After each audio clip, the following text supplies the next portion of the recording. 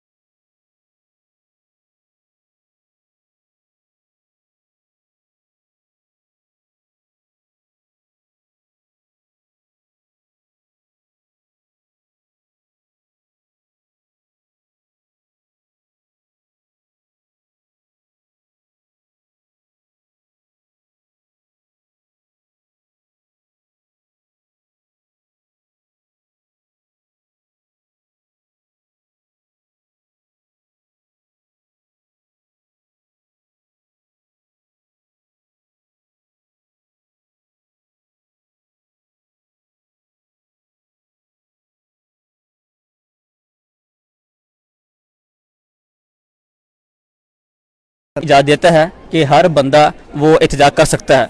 और कुछ लोग ऐसे हैं जो कि ये बात कहते हैं कि एहतजाज इस तरह नहीं करना चाहिए कि इससे लोगों को मुश्किल पेश आती है। तो हमारा आइन ये भी कहता है कि हम कोई भी काम, कोई भी कानून कुरान व हदीस की रोशनी में करेंगे, उसके खिलाफ नहीं जाएंगे। तब ये जब ये फैसले सारे खिलाफ आ रहे हैं, हम क्या करें? पहली बात।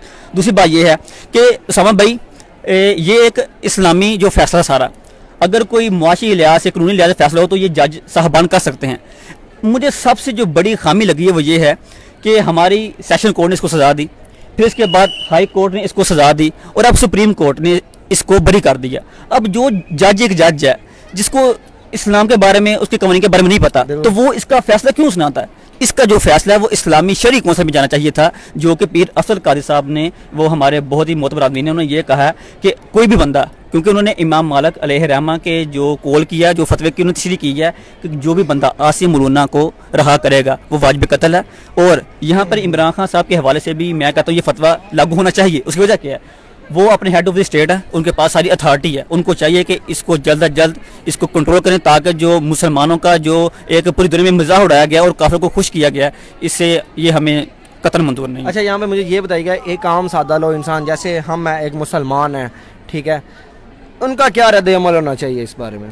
जी बिल्कुल, इसका जो रद्द-ए-अमल है वो तो बहुत सख्त होना चाहिए और होता भी है, क्योंकि बेंगा मुसलमान हमारी जो मोहब्बत है, हमारा दीन ईमान सब कुछ नबी करीम सल्लल्लाहु अलैहि वसल्लम के लिए कुर्बान। अब देखें जो मलक, जो हमारा ये था पीपल पार्टी का मलक, वो जिसको कुल हु अल्लाहु अहद भी नहीं आती, जब उससे पूछा गया कि सलमान तसीर ने ये काम किया तो आप क्या करेंगे, तो वो कहता है कि मैं उसको गोली मार दूंगा। अब देखें जब वो बंदा ये कह रहा है तो हम जो आम मुसलमान को चाहिए कि एहतजाज भी करें, रोड भी ब्लॉक करें, जब तक हुकूमत अपना फैसला वापस नहीं लेती हमें ये मंजूरी, हमारी जान माल सब कुछ हमारे नबी करीम सल्लल्लाहु अलैहि वसल्लम की कुर्बान और ख़त्म नबूवत के लिए हम ऐसा ही कदम उठाते रहेंगे और मुमताज़ काजी पैदा होते रहेंगे। बिल्कुल जी, मैं भी इनके साथ हूँ और हर मुसलमान आज तहरीक लब्बैक